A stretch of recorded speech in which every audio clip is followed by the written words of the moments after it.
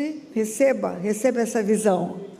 A sua libertação pode mudar famílias, pode mudar igrejas, pode mudar cidades. O seu testemunho de libertação, você não levar em conta a sua reputação não ser mais importante do que a sua libertação, vamos a fazer. Hoje pela manhã eu falei para você que a tua confissão de pecados pessoal é que vai trazer libertação para a sua vida e vai trazer para a sua descendência uma concordância de Deus para trazer bênçãos hereditárias. Agora veja bem, pela prática e não pela teoria nem pela doutrina, eu aprendi ao longo desses 40 anos ministrando sobre esse assunto que 30% das legalidades que o demônio tem, que os demônios têm, que o mundo espiritual das trevas tem, para agir na nossa vida, decorrem das heranças espirituais. 30% são fatos que herdamos e que dão uma oportunidade ao inimigo para trabalhar. Mas 70% é responsabilidade pessoal nossa. 70% daquilo que vem para matar, roubar e destruir é escolha minha. 30% vem dos meus pais, avós, bisavós, tataravós, e 30% você tem que canalizar para os dois, 15% pai, 15% mãe. Então, você hoje confessou o seu pecado, tratou aqui com um líder espiritual, desligou do mundo espiritual das trevas, você limpou a genética do seu filho, a genética espiritual, em 15%. Se foi a esposa que fez, o marido precisa fazer também, para os outros 30% serem resolvidos, zerar a herança espiritual. Se for a esposa precisa fazer. Você vai levar para o seu cônjuge o conhecimento do que você veio aqui. Se ele não veio, vai ficar gravado, a igreja tem um link, senta com ele na sala, vamos assistir juntos outra vez, e leva o teu esposo, a tua esposa, o teu cônjuge a compreender que juntos vocês deixam uma genética espiritual. Do jeito que um filho nosso tem DNA pai, DNA mãe, óvulo espermatozoide, tem uma herança também de pai e de mãe. E precisa tratar isso para zerar as heranças espirituais malignas e ficarmos só com as bênçãos geracionais. 70% é sua responsabilidade e 70% resolve confessando pecados, desligando no mundo espiritual. E se você fizer todo esse trabalho direitinho, queridos, o resultado é sobrenatural. Eu não estou falando de coisas que eu não estou experimentando há 40 anos, não é? E agora eu quero dar um enfoque para heranças espirituais, porque já falei de responsabilidade ontem à noite, hoje de manhã, e agora vamos tratar só de heranças. No tempo de Covid, que todos nós vivemos no mundo, é fácil falar de sintomas. Respiração difícil, falta de paladar, falta de olfato, sintoma de Covid, mas não é o Covid. Covid é um vírus. Covid é um vírus que só é detectado por um microscópio de alta resolução, que ataca o sistema imunológico. Mas ele resulta em sintomas. As maldições são assim.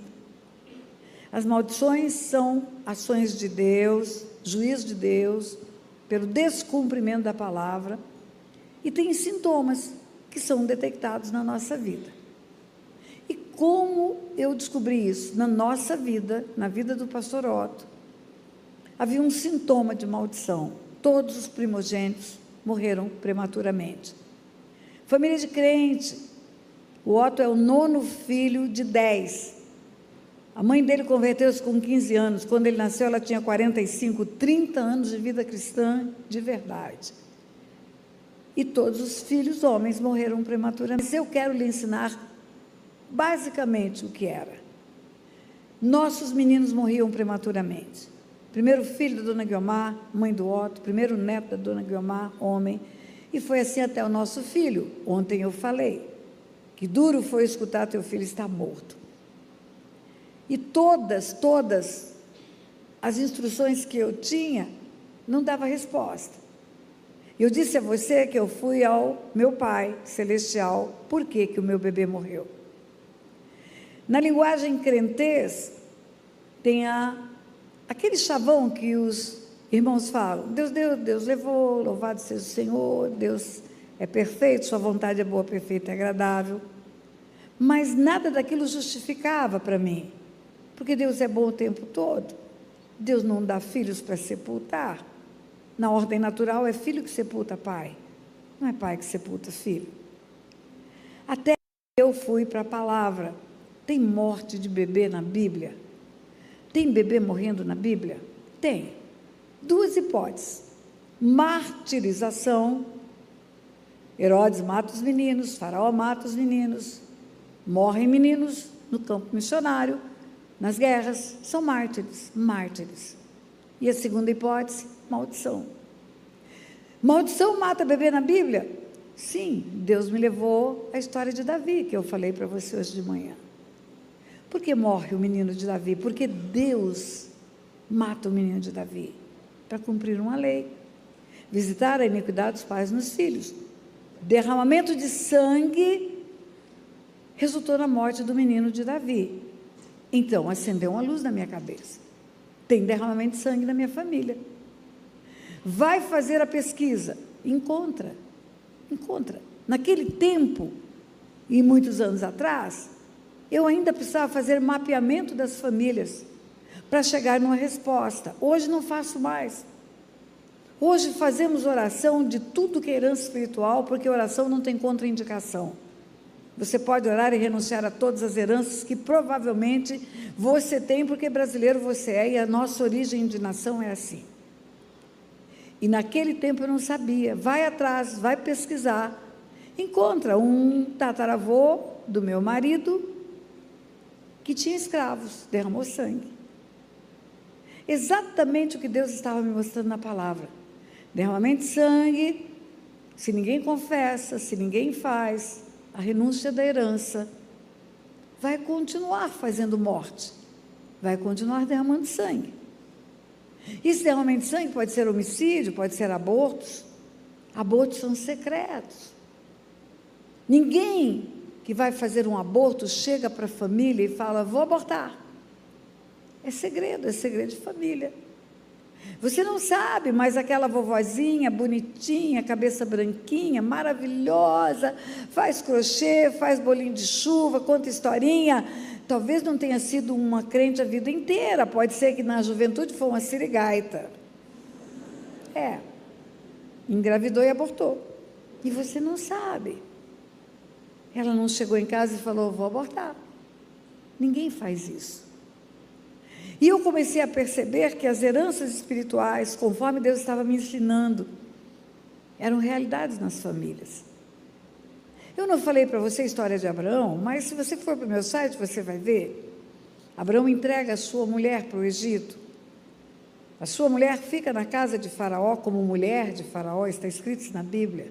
Não foi serviçal de Faraó, não foi copeira de Faraó, foi mulher de Faraó.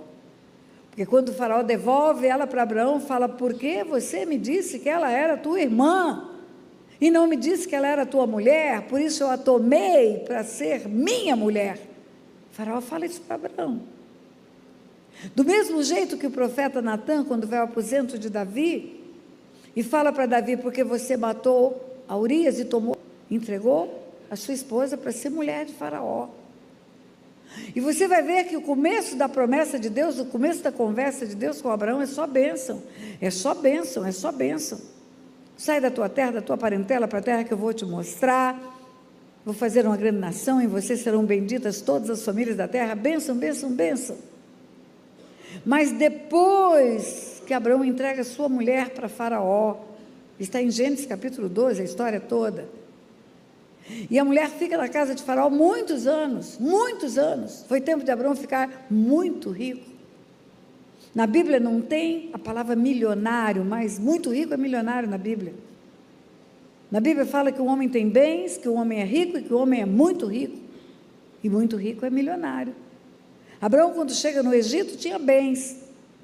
Quando ele sai do Egito, ele é muito rico, ele fica milionário, enquanto sua mulher estava na cama de Faraó. Faraó que devolve ela. Não é Abraão que chega e fala, me devolve a minha mulher, agora eu vou embora. Faraó devolve porque Deus puniu a casa de Abraão. Está escrito, Deus puniu a casa de Faraó, com grandes pragas. Porque a mulher de um outro homem estava com ele. E quando o Faraó viu a sua casa punida, e não é o Egito, é a casa, é a família.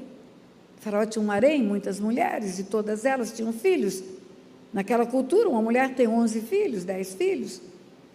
E a casa de Faraó, a família de Faraó foi assolada por praga.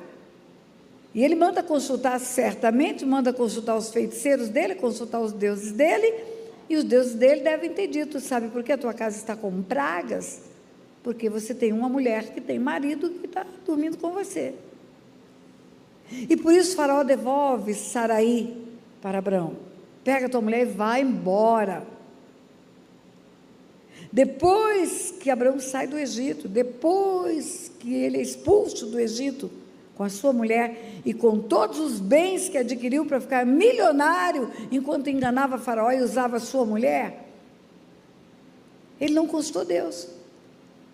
Você vai ver que depois que ele sai do Egito, aí ele foi ao lugar onde outrora estivera, onde outrora havia levantado um altar ao Senhor, e aí, e só aí, voltou a conversar com Deus, durante todo o tempo do Egito. Quanto tempo? Não sei.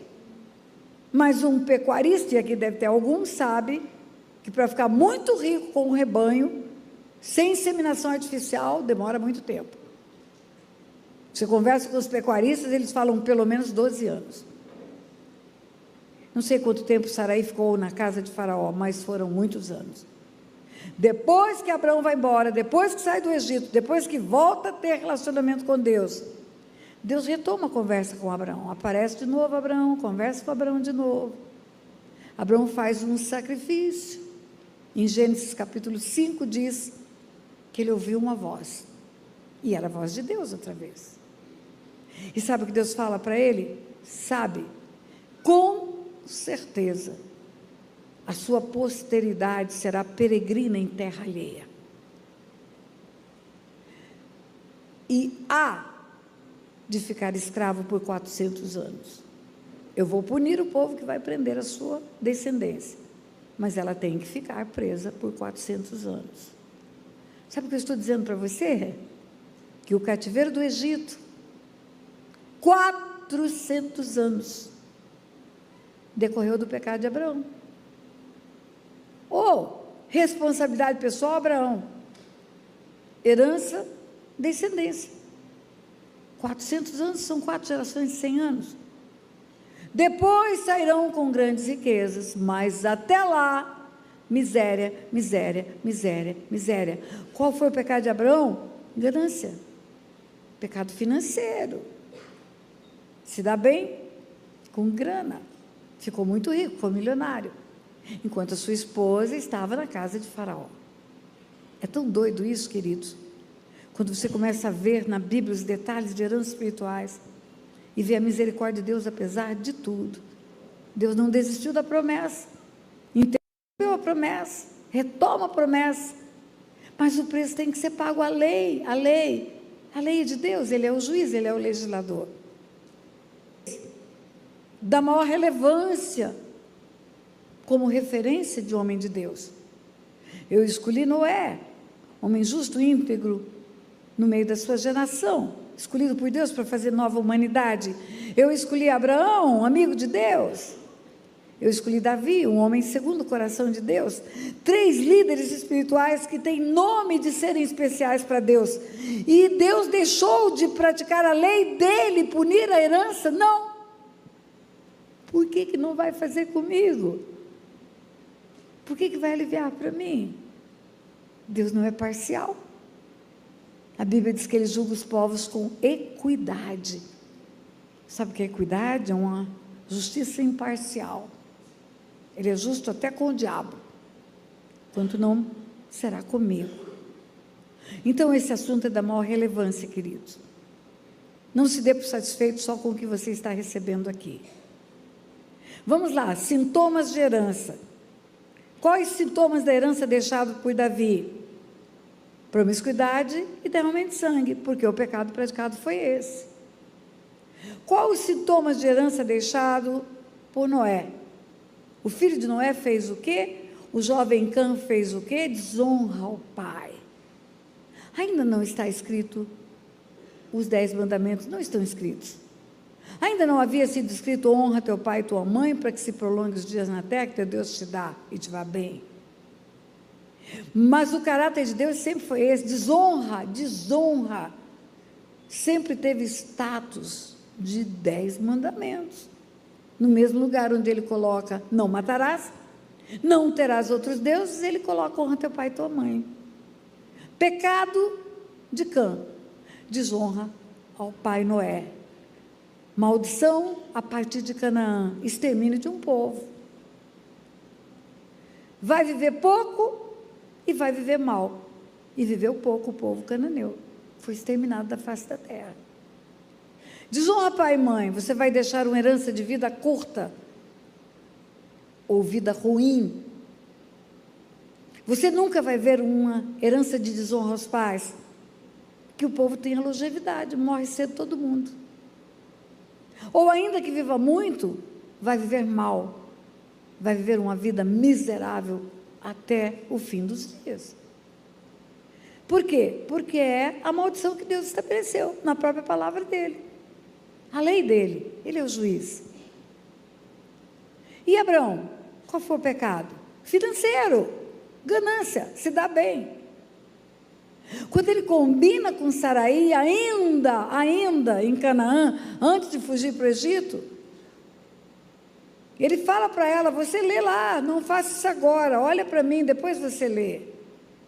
Você é formosa, os egípcios quando te virem vão te querer. Vamos dizer que você é minha irmã, porque aí eles te levam e me tratam bem por amor a você. Em outras palavras, não importa que eles te levem, importa que eu fique vivo. Você pode ser mulher deles. E a Bíblia fala que por causa dela, Faraó tratou muito bem a Abraão, que ficou muito rico. Então ele enriqueceu como? Com base numa mentira, iludindo o Faraó, usando a sua esposa. Qual a herança espiritual que o povo dele tem? 4 gerações? Miséria. O pecado financeiro. A herança, necessidade financeira, pobreza. Eram escravos, não tinham nada para viver. Escravos não têm nada, nem salário. E esses são sintomas de herança. Herança de vício. Meu bisavô, eu estou falando do meu bisavô. Meu bisavô era um homem muito rico. Ele não era adepto da escravidão, ele tinha dinheiro para comprar escravos, sim. Diferente do que aconteceu com a família do Otto. Mas o que ele fez? Ele comprou fazendas na beira da fronteira com o Paraguai, porque ele descobriu que se ele construísse uma estrutura de trabalho, onde ele permitisse que os empregados bebessem nos finais de semana, os próprios empregados plantam cana, os próprios empregados fazem o alambique, os próprios empregados fazem a cachaça é vendida no armazém da fazenda. No fim do mês tinha tanta cachaça vendida que não ia ter salário, só ia ter empregado que trabalhasse segunda a sexta pela cachaça do fim da semana. A dívida no armazém de comida e de cachaça era o salário. Mas a Bíblia diz: digno é o trabalhador do seu salário. E o meu avô ficou muito rico, chegou a ter 5 fazendas com empregados que permitia que eles bebessem a bebida que eles mesmos produziam, alambique, cachaça, cana-de-açúcar. Qual foi o legado que deixou para a família? Drogas, vícios de toda a natureza.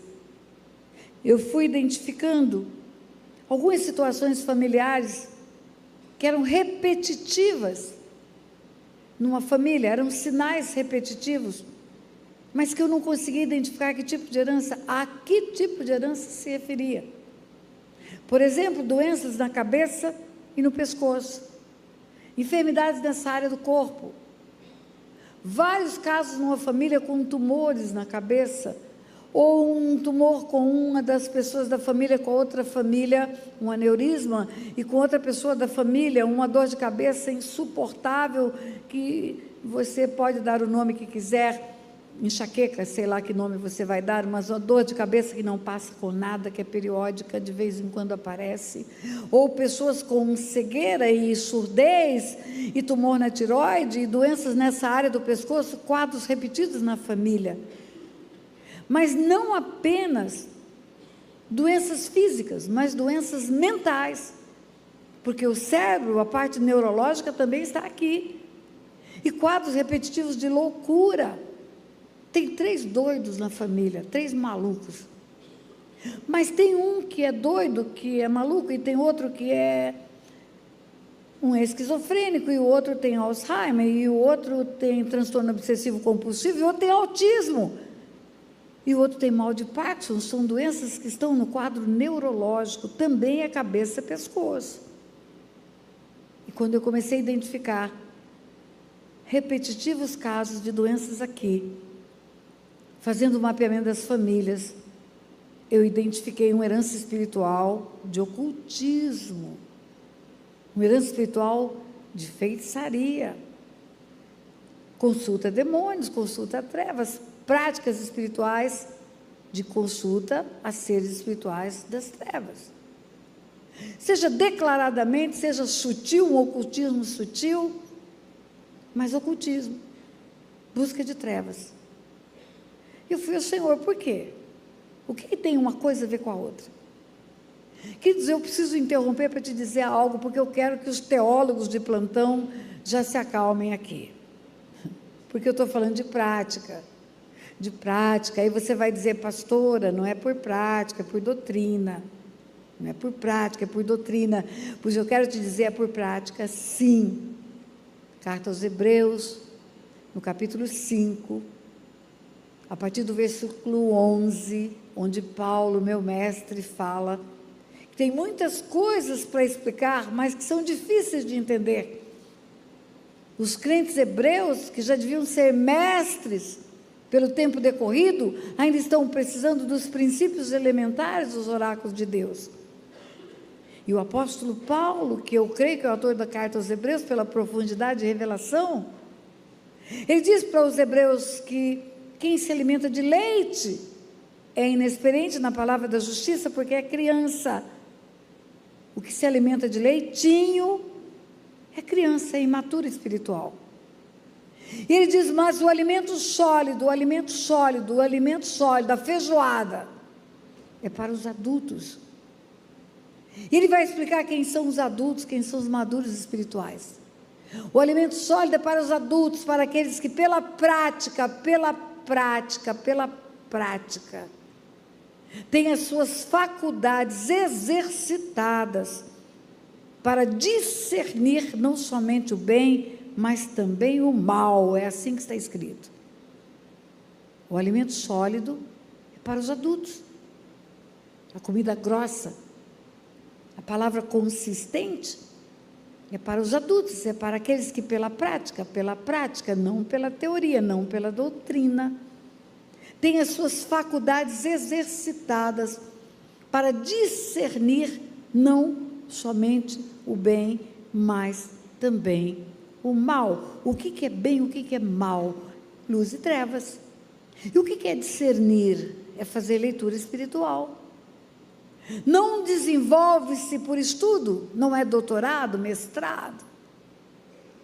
Não é academia de ginástica, musculatura, fala de exercício, de prática, do discernimento espiritual.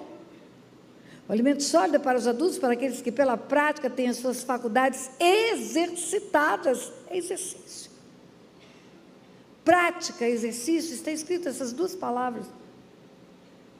É pelo muito fazer que você vai se exercitando.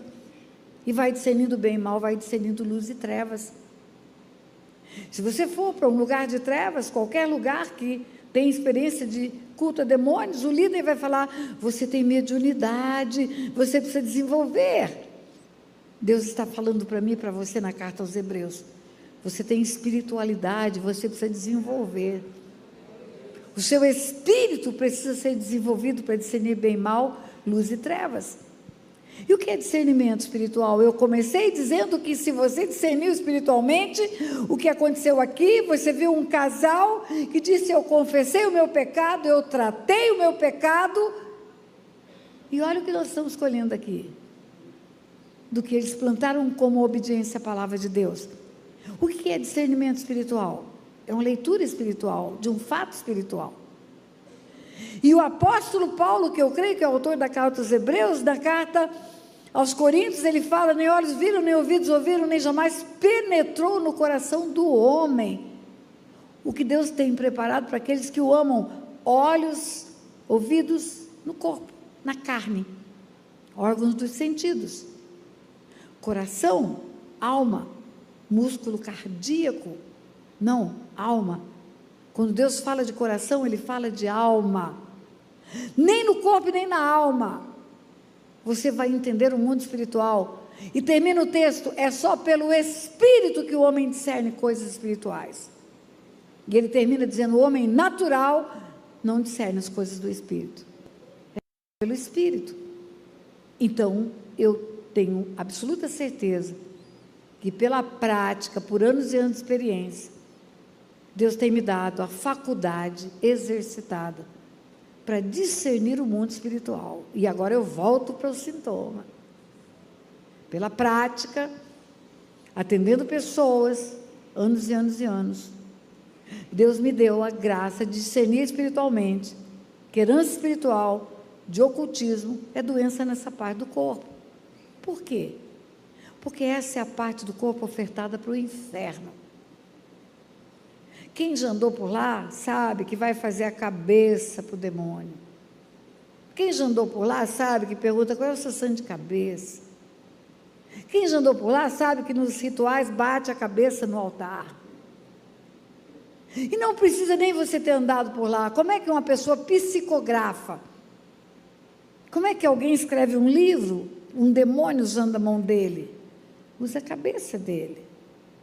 Você sabe que se você tiver um acidente vascular cerebral, você perde o movimento da mão, do braço. Porque aqui está o motor que comanda todo o seu corpo. Ontem eu falei, hoje de manhã, não sei, do Van Clerc, que o médico corta um nervo do tamanho de um fio de cabelo, da espessura de um fio de cabelo. E o movimento do estômago parou. Porque é aqui que comanda o movimento do estômago, aqui comanda a digestão, aqui comanda o caminhar, aqui comanda o movimento da mão. Essa é a parte entregue para Satanás. É a cabeça, é o pensamento, é o cérebro. Quando aqueles demônios entram gritando: bem sei que és o santo de Deus, eles estão falando, e a fala começa onde? No cérebro. Está usando a boca daqueles homens. Quando eles vêm andando até Jesus, estão usando os pés. E quem comanda os pés? A cabeça. Então, a parte do corpo que é ofertada para Satanás é a cabeça. E aí eu entendi. Por que os sintomas são doenças nessa parte do corpo? E a partir de então, começando a renunciar heranças de feitiçaria, além das heranças de vício, além das heranças de promiscuidade, além das heranças de violência, e de tudo, de roubo, de furto. Começamos a renunciar às heranças de ocultismo. E sabe o que aconteceu? Crianças começaram a ser curadas de autismo. Uau! Por quê? Porque a herança espiritual do ocultismo é doença nessa área. Cabeça, pescoço. Outra maldição que gera um sintoma diferenciado, que pela prática, Deus começou a me ensinar, mas não só pela prática, pela palavra, Deus começou a me mostrar a idolatria. A idolatria, queridos, traz uma herança terrível para os descendentes. O Salmo 115 fala que o ídolo tem olho não vê, olhos não vê, boca não fala, mão não apalpa, ouvido não ouve, pé não anda, som nenhum sai da garganta, torna-se iguais aos ídolos, os que os fazem, e os que neles confiam. Quem faz? O artífice. Quem confia? O idólatra. Quando você adora a Deus, quando você é filho de Deus, quando Ele é o teu Deus, você vai se tornando semelhante a Ele. Eu falei ontem. De glória em glória, você vai se tornando semelhante a Jesus, estatura de varão perfeito. Você vai se limpando e vai voltar ao projeto de Deus, que é ser semelhante a Ele. Quando você adora um Deus, você se torna semelhante a Ele. E essa semelhança, primeiro, é um deficiente espiritual. O livro que está ali, A Verdade que Me Libertou, e eu vou aproveitar para falar do livro, só hoje que você pode comprar com um cartão de crédito, porque amanhã de manhã já não pode mais. Porque nós vamos pregar amanhã de manhã na igreja, vamos sair batido, que nosso voo é logo depois do almoço, e a máquina de cartão tem que ir embora. A partir de hoje, a partir de amanhã, você não pode mais comprar um cartão até hoje, final da noite. A Verdade que Me Libertou é o nome do livro. É para evangelizar idólatras. É um livro que vai trazer luz para a idolatria. E nesse livro está escrito tudo sobre idolatria. Está escrito, por exemplo, que está em Deuteronômio capítulo 4. Você sabia que Deus não apareceu para o homem no Monte Sinai? Ele não apareceu, ouviram ruídos, ouviram som de trombeta, mas ninguém viu o Deus que escreveu os 10 mandamentos. Sabe por que ele não apareceu? Vou te contar. Deuteronômio capítulo 4, quando Moisés está conversando com o povo vai entrar na terra prometida, Moisés não vai, Deus já falou para ele que ele não entrará, e ele exorta o povo a obedecer a Deus. Última recomendação de Moisés. E Moisés fala assim, Deuteronômio 4, a partir do versículo 10, não te esqueças do dia em que estivesse perante o Senhor teu Deus em Horebe, quando o Senhor me disse, reúne este povo, e eu os farei ouvir as minhas palavras, a fim de que aprenda a temer-me todos os dias que na terra viver, e as ensinarás a seus filhos. Então chegaste e vos puseste ao pé do monte, e o monte ardia em fogo até o meio dos céus, e havia trevas, e nuvens, e escuridão. Então o Senhor vos falou do meio do fogo, a voz das palavras ouviste, porém, além da voz, não viste aparência nenhuma. Então vos anunciou ele a sua aliança, que vos prescreveu os 10 mandamentos, e os escreveu em tábuas de pedra. Também o Senhor me ordenou ao mesmo tempo que vos ensinasse estatutos e juízos, para que os cumprisseis na terra a qual passais a possuir. Guardai, pois, cuidadosamente a vossa alma, pois aparência nenhuma viste no dia em que o Senhor vosso Deus vos falou em Horebe, ao meio do fogo, para que não vos corrompais e vos façais alguma imagem desculpida na forma de ídolo, semelhança de homem ou de mulher. Você está entendendo? Que Deus não apareceu ao homem quando ele desceu com o seu trono do céu para entregar as tábuas da lei, os 10 mandamentos, com a sua lei maior. Ele não apareceu por uma razão, para o homem não fazer imagem dele. Não vos corrompais. É corrupção da fé. A Bíblia de Gênesis ao Apocalipse combate a idolatria. Eu estou falando aqui do começo da Bíblia. E se eu te falar do fim da Bíblia, você vai ver lá quando fala em 21 de Apocalipse, novo céu e nova terra. Vi novo céu, nova terra, o primeiro céu e a primeira terra passaram, o mar não existe. Vi também a cidade santa, a nova Jerusalém, que descia do céu, da parte de Deus, ataviada como noiva, adornada para ser esposa.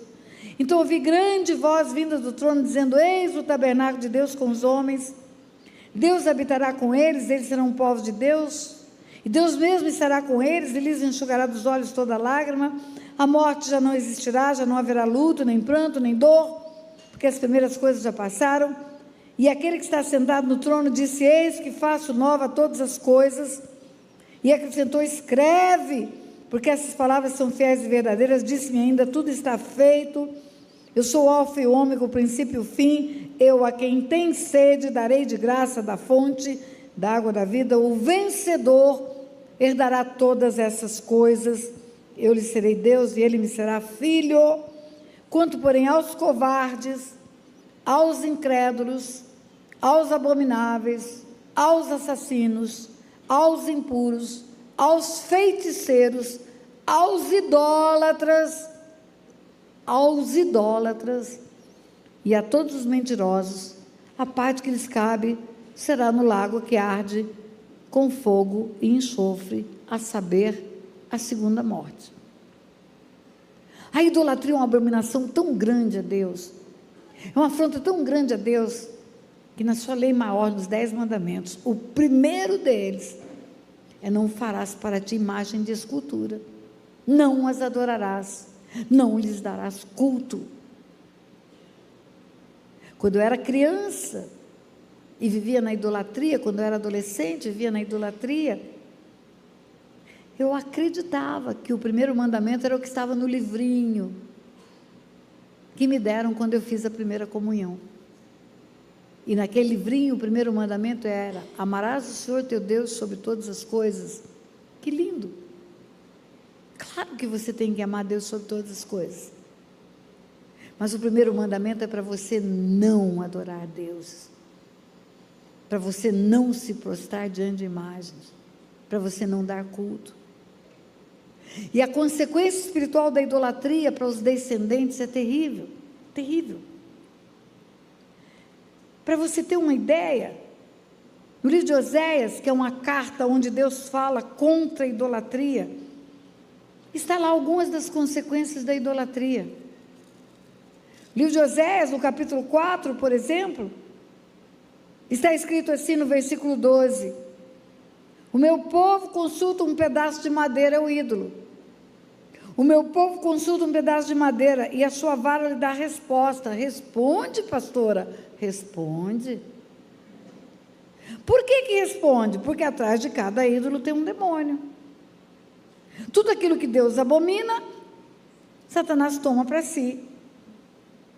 Atrás de ídolo tem demônio? Está escrito na Bíblia? Está. E está escrito no Novo Testamento. Está escrito em Coríntios, 1 Coríntios, capítulo 10. Quando fala a partir do versículo 14 que o cristão deve fugir da idolatria. Portanto, amados irmãos, fugir da idolatria, ele escreve. Falo como a criteriosos, julgai vocês mesmos o que diz. Porventura o cálice da bênção que abençoamos é a comunhão com o sangue de Jesus, o pão que partimos não é a comunhão com o corpo de Cristo? Embora sendo muitos, um pão, uma só carne, todos somos participantes do pão, considerai o Israel segundo a carne. Não é certo que aqueles que se alimentam dos sacrifícios são participantes do altar? O que digo, pois? Que o sacrificado ao ídolo é alguma coisa? Ou que o próprio ídolo tem algum valor? Antes digo que as coisas que a eles sacrificam é demônio que sacrifica e não a Deus. Atrás dos ídolos tem demônios. E os demônios respondem na encruzilhada? Responde. E o demônio responde na idolatria também. Faz a promessa, tem a resposta. Como responde? Está escrito: o meu povo consulta pedaço de madeira, a vara dá resposta, porque um espírito de prostituição os enganou. E eles, prostituindo-se, abandonaram o seu Deus.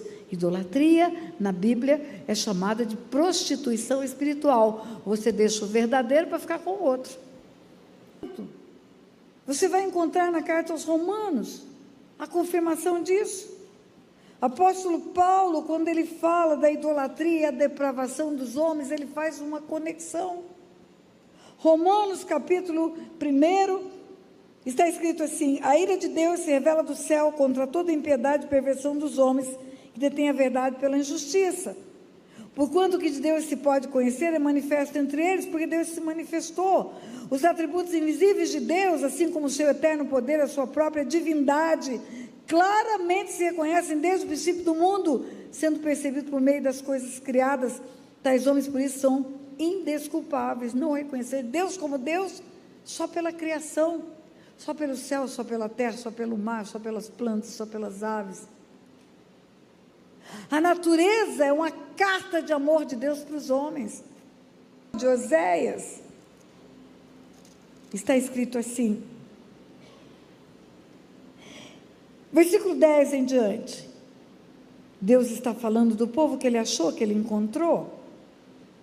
Achei Israel como uvas no deserto, vi vossos pais como as primícias da figueira nova, mas eles se foram para Baal Peor e se consagraram à vergonhosa idolatria, e se tornaram abomináveis como aquilo que amaram.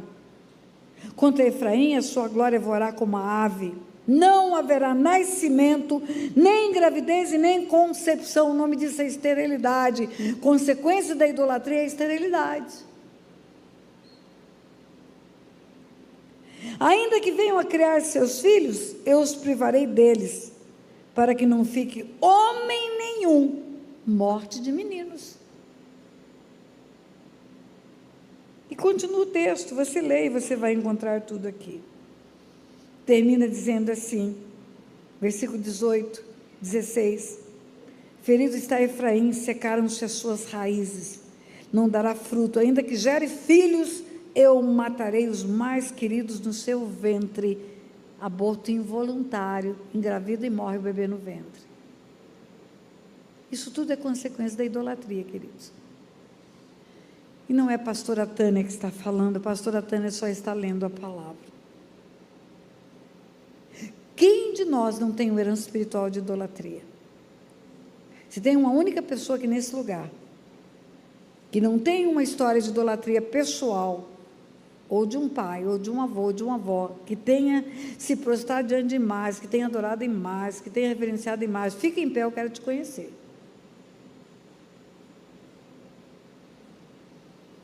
Todos nós temos. Todos nós temos herança espiritual de derramamento de sangue. Todos nós, pastora, todos. Graças a Deus. A misericórdia de Deus é maior do que o nosso pecado. Graças a Deus, aonde abundou o pecado, superabunda a graça. Graças a Deus tem solução. E qual é a solução? A solução é confessar pecados geracionais. O meu pecado pessoal eu confesso para ficar livre da morte. E o pecado geracional eu confesso para ficar livre da herança. E é preciso confessar. Daniel estava num cativeiro fazia 70 anos. Quando você lê o livro de Daniel, a história de Daniel confessando pecados geracionais, começa assim, capítulo 9, no primeiro ano de Dario, filho de Assuero, da linhagem dos Medos, o qual foi constituído rei sobre o reino dos caldeus, no primeiro ano do seu reinado, eu, Daniel, entendi pelos livros que o número de anos que falara o Senhor ao profeta Jeremias, que havia de durar as assolações de Jerusalém, era de 70 anos, voltei o rosto ao Senhor para buscar oração, súplica, jejum, pão de saco e cinza, orei ao Senhor meu Deus e confessei. Por que começa dizendo assim, no primeiro ano de Dario, filho de Assuero, da linhagem dos Medos? Porque Deus está querendo dizer para mim e para você que Daniel era um adolescente, foi para o cativeiro da Babilônia, ficou preso durante todo o governo de Nabucodonosor, depois sucessor de Nabucodonosor, Assuero, Daniel continua preso, sucessor de Assuero, agora o filho de Assuero, que é Dario, e Daniel continua preso, mesmo sendo santo e separado. Por quê? Porque ele estava ali por uma herança espiritual. Quando você vai ver a confissão dele, ele confessa, eu e a casa do meu pai pecamos contra o Senhor. Por isso as maldições que estão escritas no livro da lei vieram sobre nós. Agora ele leu o livro do profeta Jeremias, que o cativeiro deveria durar 70 anos. Ele não leu só esse versículo, ele leu todo o livro de Jeremias e ele entendeu. Ele leu o capítulo 1 de Jeremias, onde Jeremias falou para o povo 70 anos atrás, olha, assim diz o Senhor, eu introduzi vocês numa terra fértil que mana leite e mel, e ao invés de vocês me adorarem, vocês foram atrás de ídolos, coisa de nenhum proveito. Por causa disso, está escrito no livro de Jeremias: eu ainda pleitearei convosco e até com os filhos dos vossos filhos eu pleitearei. Epa, Daniel falou, filho de filho? Eu sou neto. 70 anos já é a geração do neto.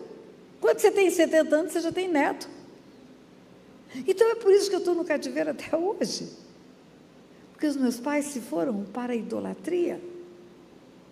Daniel leu o livro de Jeremias, no capítulo 16, a partir do versículo 10, onde Deus manda um recado para o povo pela boca de Jeremias: olha, vai acabar o tempo da alegria, havia tempo de dor.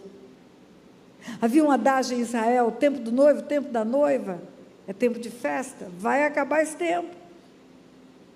E aí Jeremias, Deus falando 70 anos antes, quando o povo perguntar por que Deus está bravo, por que Deus está nos ameaçando com todo esse grande mal?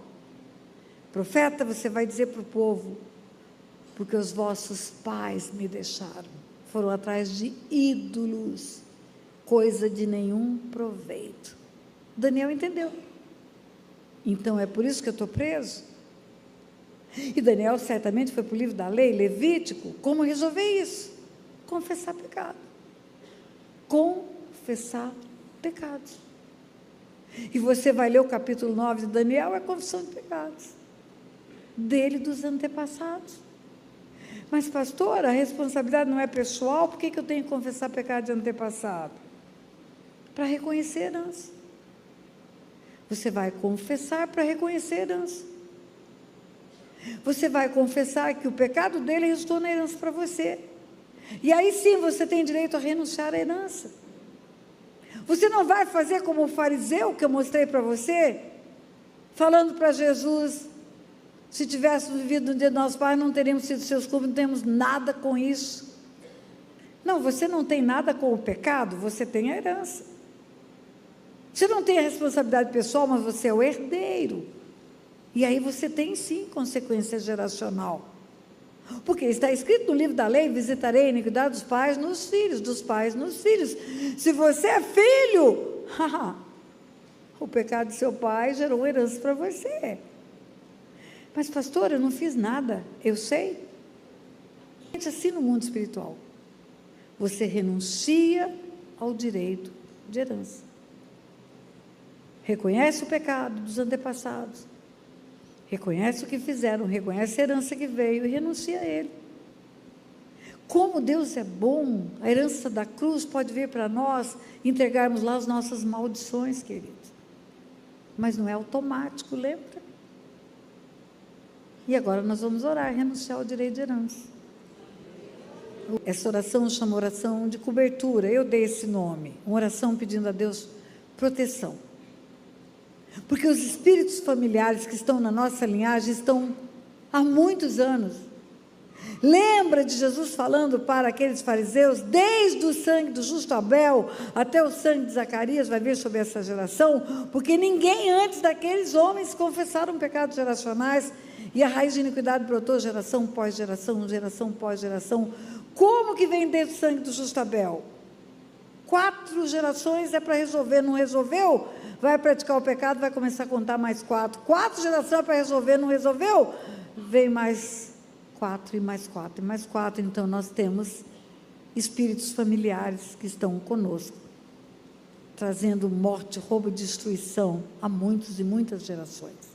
E eles não querem sair. Eles fazem tudo para não sair. Por quê? Porque não tem lugar para eles agradável. A Bíblia fala que quando sai, vai para lugares áridos e desertos. E eles não querem sair. Então precisamos de uma proteção especial de Deus para fazer o que faremos aqui. E eu vou orar para isso. Você vai concordar com a minha oração.